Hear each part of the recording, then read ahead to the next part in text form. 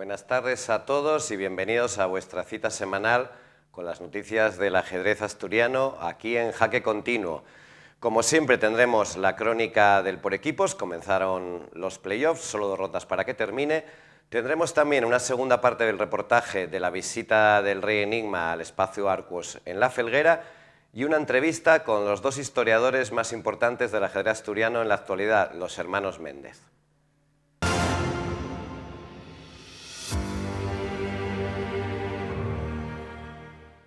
Y empezamos, como no, con la crónica del por equipos. Comenzaron los playoffs, tanto por el título como por los descensos, y ya tras la primera jornada solamente 2 equipos pueden proclamarse campeones de Asturias. Son Ciudad Naranco y Antonio Rico. Tenemos también el primer descenso, Valdesba vuelve a primera división, y tenemos también los ascensos a división de honor para el año que viene, el Gijón 64 y el Vetusta. Todo esto y mucho más en el reportaje que viene a continuación.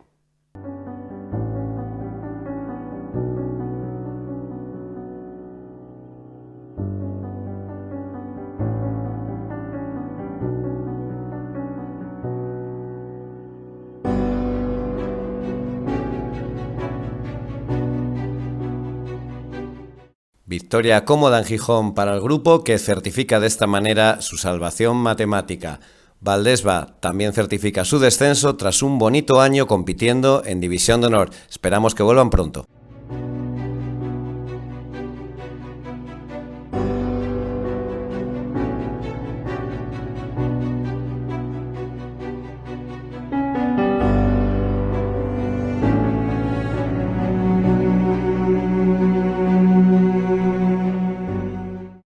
El Ensidesa da un golpe sobre la mesa y se impone en un duelo decisivo por no descender. Con este resultado, Ensidesa está prácticamente salvado, Mieres prácticamente descendido, solo un milagro podría cambiar esto.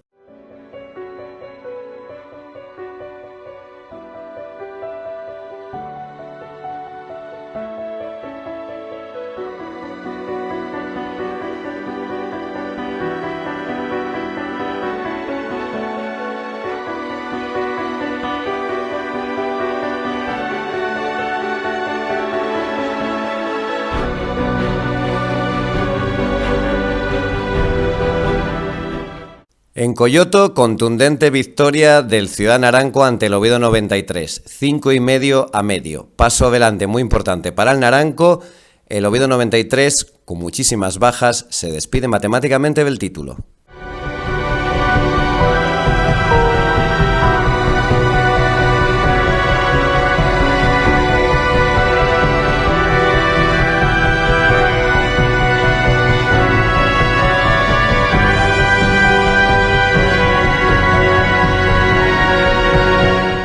El Pablo Morán se quiere convertir en el juez de la competición y frenó las aspiraciones del Antonio Rico. Jonás y Berna, en plan estelar, lograron un empate a 3 que parece que le pone más difícil el título a los de Gijón. En la lucha por el título, a falta de 2 jornadas, solamente 2 equipos pueden ser campeones. Ciudad Naranco amplía su ventaja a 2 puntos sobre un Antonio Rico que, eso sí, tiene el desempate a su favor. Pablo Morán y Oviedo 93 solo aspiran a ser jueces en la lucha por el título.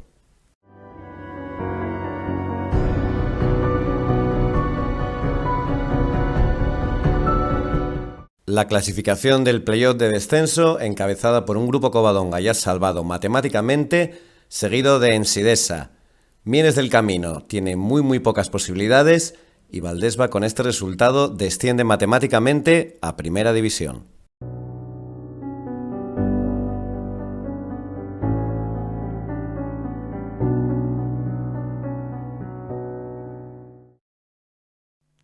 Y queríamos mostraros más imágenes de la visita del Rey Enigma a La Felguera, la segunda visita a Asturias del Rey Enigma. Había estado también en Gijón en la Comic Con. El otro día nos centramos más en las partidas a la ciega, en la partida de exhibición contra Marcos Llaneza. Hoy queremos enseñaros a los otros protagonistas. Los niños, muchos se enfrentaron con el Rey Enigma, 48 simultáneas, y el propio espacio Arcos, absolutamente espectacular. Vais a ver partidas que se jugaron a oscuras con piezas fluorescentes, en la pecera de una radio, con piezas de tornillo, con piezas de repostería y mucho más.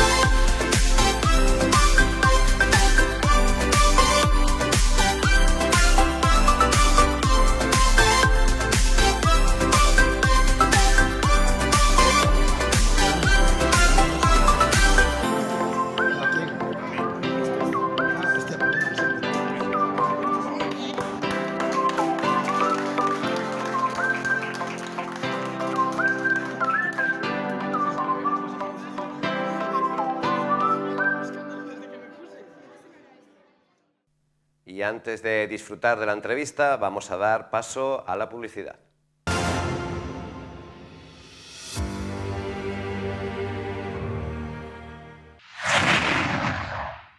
Este curso, el Ciudad Naranco de ajedrez, sube de nivel. Clases de lunes a sábado, para todos los niveles, desde niños de 6 años hasta adultos. Casi 30 años de experiencia. Un experto equipo de formadores. Estamos en Montes del Sueve 28, Oviedo.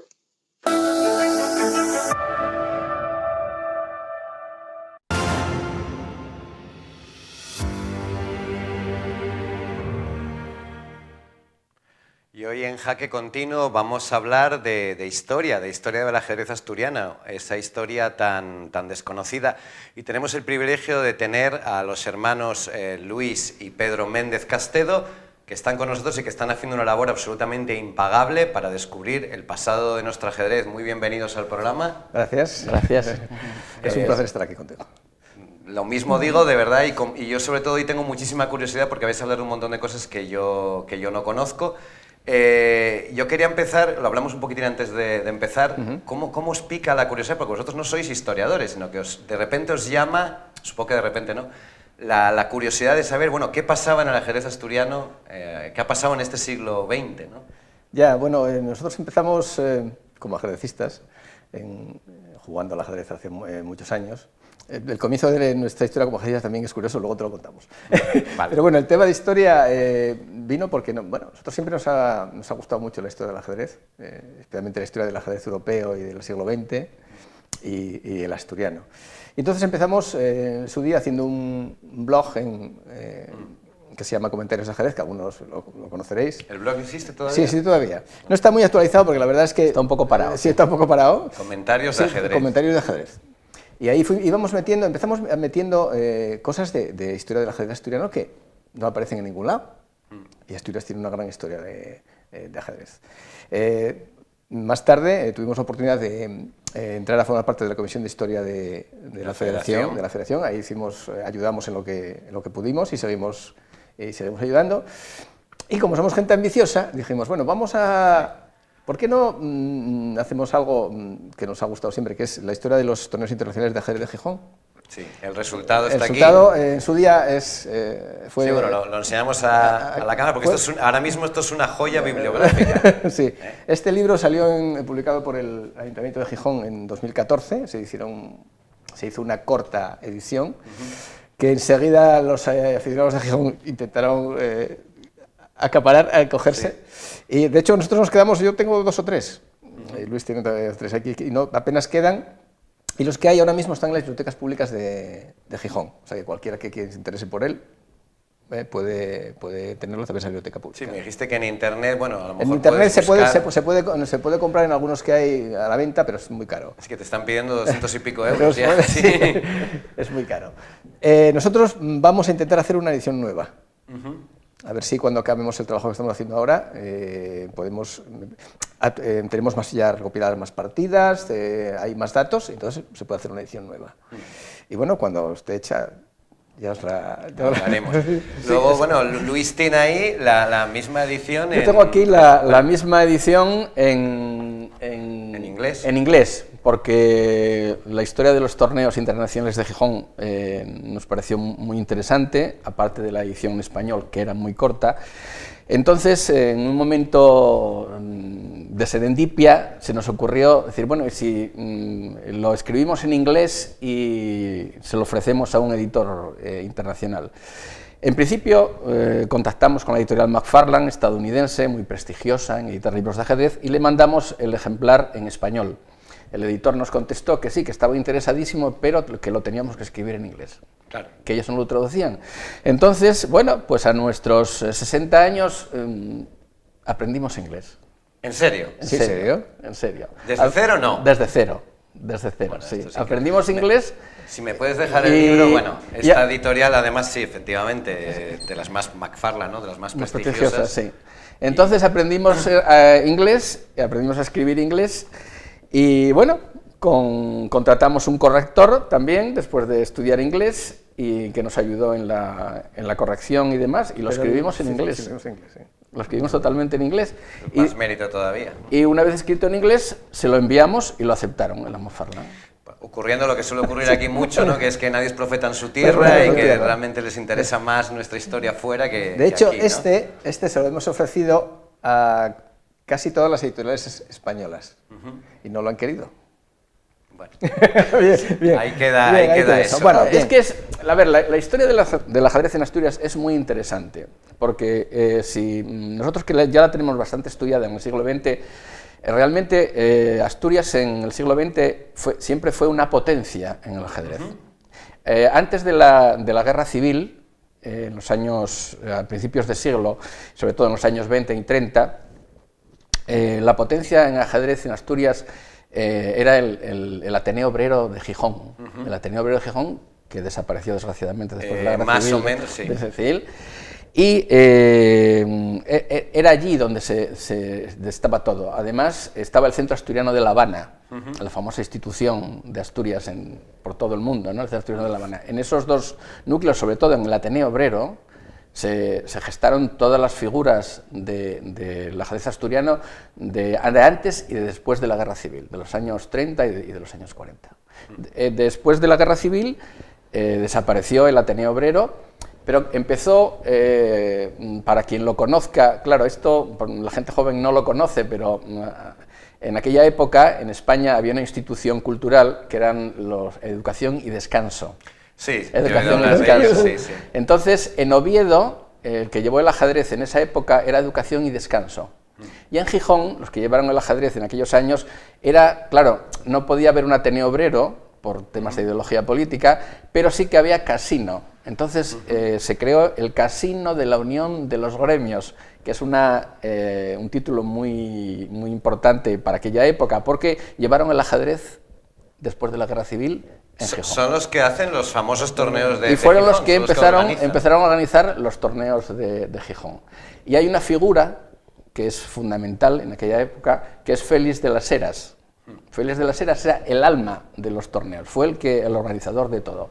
Fue el que contactó con las federaciones, contactaba con los jugadores extranjeros y les hacían, por ejemplo, para organizar los torneos, empezaron trayendo a Lequine, que fue para empezar en el año 44, que fue el que dio el nombre de internacional, porque era el único extranjero que había en el 44, y a partir de ahí ya empezaron a traer y a invitar jugadores. Entonces, por Gijón pasaron jugadores históricos de aquella época, pues de todo el mundo. Pasó Alekhine como es campeón del mundo, pasó Eume, Max Eume, el holandés, como es campeón del mundo, pasó Prins, el holandés también, campeón de Holanda, pasó Larsen en el año 56, que era un chavalín, pero que ganó con la gorra. O sea, era gente muy importante. Entonces nosotros dijimos, bueno, pues esto hay que contarlo de alguna manera, tiene que quedar reflejado, porque si no... Y el detalle de Max Eume no... Sí, lo supe, ahora mismo no lo recordaba. Porque el torneo de Gijón, ¿cuántos hubo? Es que no fue seguido. Correcto. No fue seguido, fue alterno. Los primeros años fue seguido, pero llegó un momento, sobre todo a partir de la época en que Félix de las Heras se marchó a Madrid, en que hubo ahí un periodo de latencia, vamos a decirlo así, en que no se celebraron. Pero desde el 44 al 65 hubo ahí 12 torneos muy importantes y hubo gente realmente relevante. A ver, los organizadores eran muy inteligentes, entonces aprovechaban otros eventos. Si sabían que estaba jugando, por ejemplo, en el año 65, que fue el último, aprovechando el Mundial Juvenil que se celebró en Barcelona, pues trajeron a Sutcliffe, al maestro canadiense, y trajeron a Luis Marcos Bronstein, que fue el que ganó aquí el torneo. Yo tuve la suerte de que escribirme con Luis Marcos Bronstein. Tuve la suerte de hablar con Larsen en Argentina por teléfono. Antes de que se muriera. Antes de que se muriera, poco antes de que se muriera. Ya estaba el hombre en una situación muy paupérrima. Entonces, bueno, fuimos buscando datos, consultando archivos con mucha dificultad, porque todavía en este país nuestro no está todo digitalizado. Y bueno, fuimos recogiendo datos y nos ayudó muchísimo, algunas personas nos ayudaron muchísimo, En Gijón nos ayudó mucho el maestro Enrique Iglesias, y árbitro conocido del comercio, porque nos dio acceso a la biblioteca privada del comercio, que en la sala de juntas del comercio en Gijón tienen todos los tomos encuadernados de toda la historia del comercio, entonces no estaban digitalizados, pudimos acceder a ellos.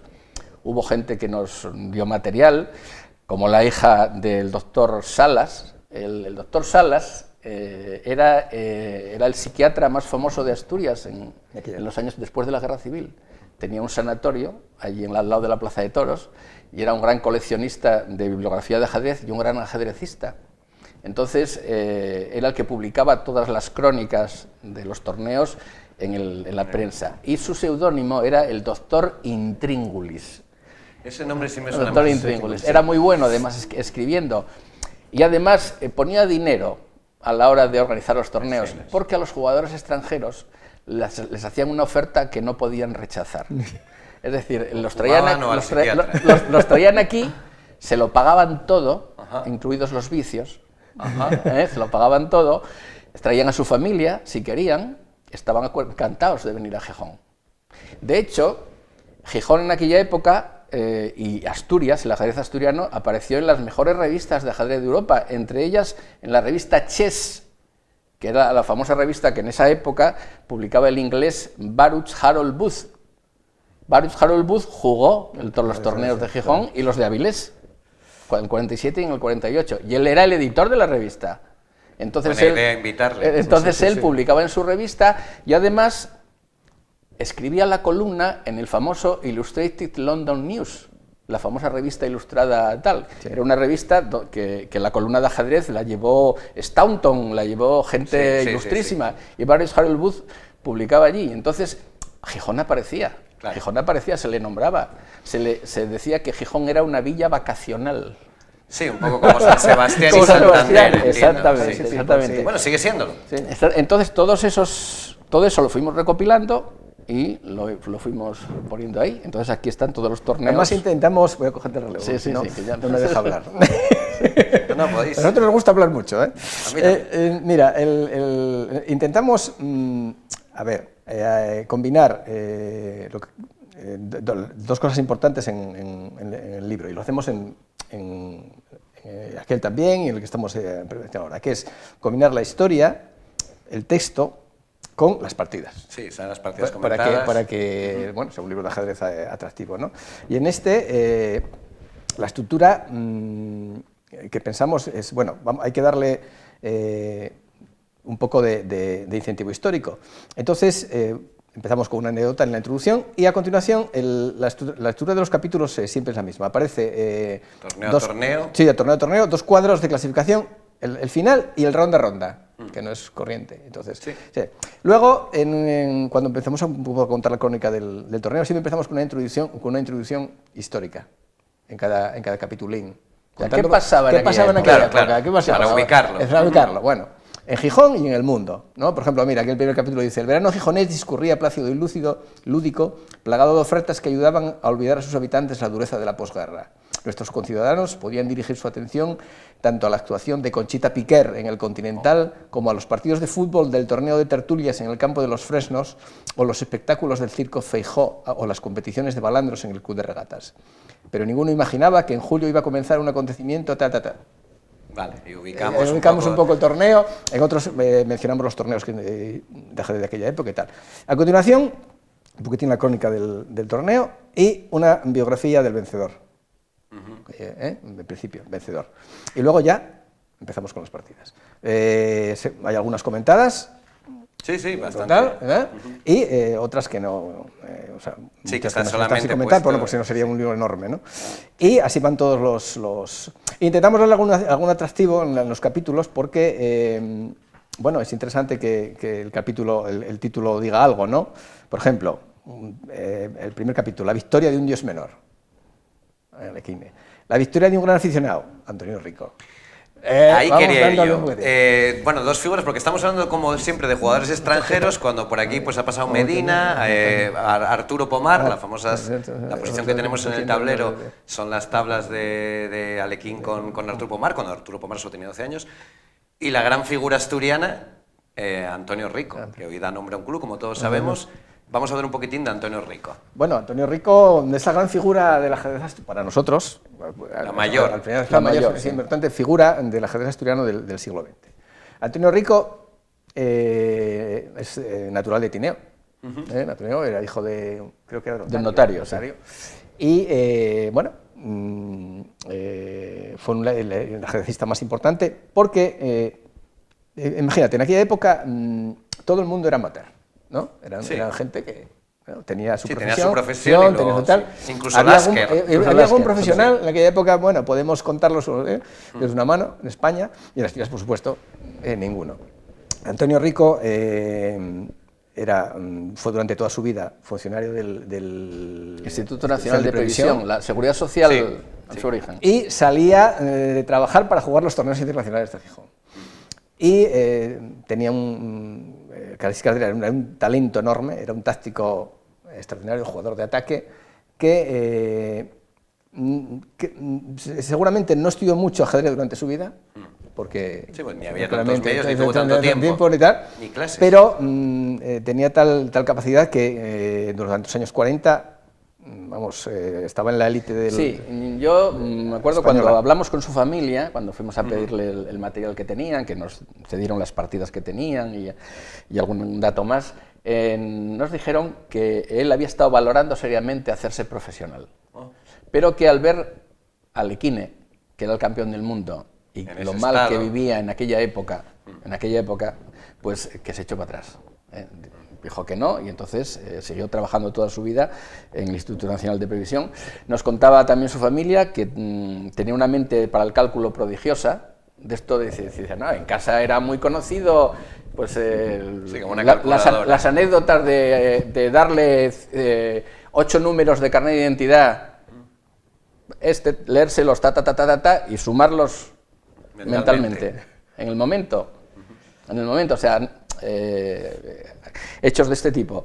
Tenía una mente prodigiosa para el cálculo y, bueno, en sus partidas se ve. Y en los años 40, lo que siempre decimos Pedro y yo, la era Rico. La era Rico. Porque Rico gana el segundo torneo. Gana el 45 y el 48. Con Alequín presente y con un punto y medio de ventaja. De ventaja, sí. La partida decisiva, hombre. A ver, era Alequine de nombre, ya estaba muy mal físicamente, tenía aquellos problemas que tenía con el alcohol y demás, pero era un monstruo sobre el tablero porque se decía entonces que Alequine era la voluntad de vencer. O sea, es que seguía siendo el campeón del mundo. Creo que es el único campeón del mundo que murió estando en el trono. Se decía que, Maseu me lo decía, yo hace mucho lo leía, que con Alequine no es que se pudiera ganar, es que no se podía jugar. O sea, que tenía una manera de jugar tan complicada que era muy difícil jugar contra él, ¿no? O sea, y siempre te quería ganar. O sea, esa manera. Entonces, esa es la gran virtud de Rico. Rico, hay un libro que yo recomiendo a los aficionados, si lo pueden conseguir, es un opúsculo que escribió Pablo Morán sobre Antonio Rico. Cuando Rico yo creo que después de su muerte, Pablo Morán le hizo ese pequeño homenaje, porque Pablo Morán con Rico, bueno, jugaron cientos de partidas juntos, ¿no? Además Rico era una persona muy amable, atendía a todo el mundo. Nosotros lo conocimos cuando éramos jugadores juveniles en el Centro Asturiano de La Habana. Rico iba todas las tardes al Centro Asturiano de La Habana a jugar por la tarde una partida. Cuando ya estaba jubilado. Sí, cuando ya muy... Espérate, tendría ya cerca de 70 años. Bueno, casi los tengo yo ya. Iba a jugar con Rúa, Fran de Rúa, que es otro personaje del ajedrez gijonés que aparece aquí en los torneos también. Y iban todas las tardes. Entonces tenían una mesa reservada para ellos. Tenían un juego de piezas propio. Recuerdo que eran unos peones finitos, que bueno, yo no sé cómo podían jugar con ellos, se lo ponían y tal, igual. Y los demás, que éramos unos rapacinos, entonces andábamos por allí dando vueltas y tal, molestando más que... Bueno, ellos echaban su partida allí rápido y tal, todos los días, Antonio Rico. Claro, me has dicho, bueno, te siento interrumpirte porque ya me dicen que se nos va el tiempo. Hemos citado a Rico y has citado de camino a Pablo Morán, que yo lo pondría un poco como antecedente del trabajo que estáis haciendo vosotros, ¿no? Pablo Morán, que era el presidente de la Federación Asturiana cuando yo empecé a jugar, y que es, bueno, quizás el historiador más conocido, ¿no? De hecho, nosotros mandamos libro a McFarland porque el libro de Pablo Morán sobre el kine está publicado en la McFarland. Entonces, pues, Pablo Morán, bueno, es otro de los grandes ajedrecistas y personaje ajedrecista muy importante por jugador, historiador, publicista, directivo. A mí me dio clases Pablo Morán. Lo ha sido todo. Yo tuve 2 o 3 clases con Pablo Morán cuando tenía 15 años. Y bueno, la verdad es que hay una serie de personajes en el ajedrez asturiano que se conocen poco y bueno, podríamos hablar otro día de ellos, que es una pena. Por ejemplo, te voy a mencionar, hay el ajedrecista, no voy a decir jugador, ajedrecista más premiado y de más fama internacional que teníamos en Asturias. ¿Que es de Oviedo? Es de Oviedo, y no lo conoce nadie. ¿Y se llama? Se llama, pues ha muerto ya hace tiempo, se llama Efrén Petite. Sí. Yo sí lo conozco. Y es, bueno, pues es el jugador, es el compositor de ajedrez maravilloso. Sí. Maravilloso. Es el ajedrecista más premiado en la historia de la ajedrez. Tiene más de 3.000 problemas y de esos 3.000 y pico, 500 tienen premio. 500 tienen premio. De personajes del ajedrez asturiano, que podríamos estar hablando, obviamente, siglos, estáis preparando, y ya con esto despido, estáis preparando como una especie, me dijiste que una obra un poquitín ligera, un poco como con figuras del ajedrez asturiano del siglo XX, bueno, es muy interesante. Nosotros hemos escrito este libro, tenemos ahora otro en editorial que es sobre Manuel Golmayo, el campeón de España. Campeón de España, hasta los años 30 del siglo pasado. Y ahora estamos en un trabajo nuevo que es, intentamos hacer una semblanza de todas las figuras más importantes del ajedrez asturiano del siglo XX. Entonces, bueno, vamos poco a poco, buscando datos biográficos y, bueno, intenta ser... bueno, desde nuestro punto de vista intentamos meter las que consideramos más importantes. Hemos pedido también opinión a otra gente. Que alguno nos perdone, si no. A mí me dijisteis que iba a llegar hasta Patricia Llanesa. Sí. Está bien todo. No, yo no salgo, creo, pero... Va a coger el siglo XX. En el siglo XX os hemos puesto esa tal. Hemos puesto subcampeones también, y luego jugadores así que no fueron campeones, pero que fueron relevantes por alguna... Que no fueron campeones de Asturias nunca, pero bueno, fueron relevantes por alguna... Empieza con el primero, que sería Andrés Clemente Vázquez. Fernández Pozo, el avilesino. Y bueno, llegaría hasta los últimos campeones de Asturias del siglo. ¿Y para eso hay alguna fecha prevista? No, todavía no. Vale, pues esperaremos ansiosos. Está bastante avanzado, pero estamos todavía, si tenéis todavía un libro antes por publicar, tendremos que esperar un poco. Estamos con ellos. Pues, oye, muchísimas gracias, ha pasado absolutamente volando. La verdad es que sí que siempre digo, casi todo el mundo que viene, que es para traerle otro programa, pero vosotros creo que es para traeros a 2 o 3 más. Sobre todo, yo me quedo con las ganas de, vamos, tenéis aquí un lector seguro de este libro de semblanzas de jugadores asturianos. Muchísimas gracias por venir. A ti. Estamos encantados de haber venido. Y nada más, pues espero que os haya interesado, y como ya conté en otras ediciones, en la página web de la Federación, en ajedrezastur.es, aparte de información sobre torneos y sobre eventos, tenéis un apartado de historia con artículos muy interesantes, clasificaciones y todo lo que es el pasado de nuestro ajedrez asturiano. Muchísimas gracias a todos y nos vemos muy pronto de nuevo en Jaque Continuo.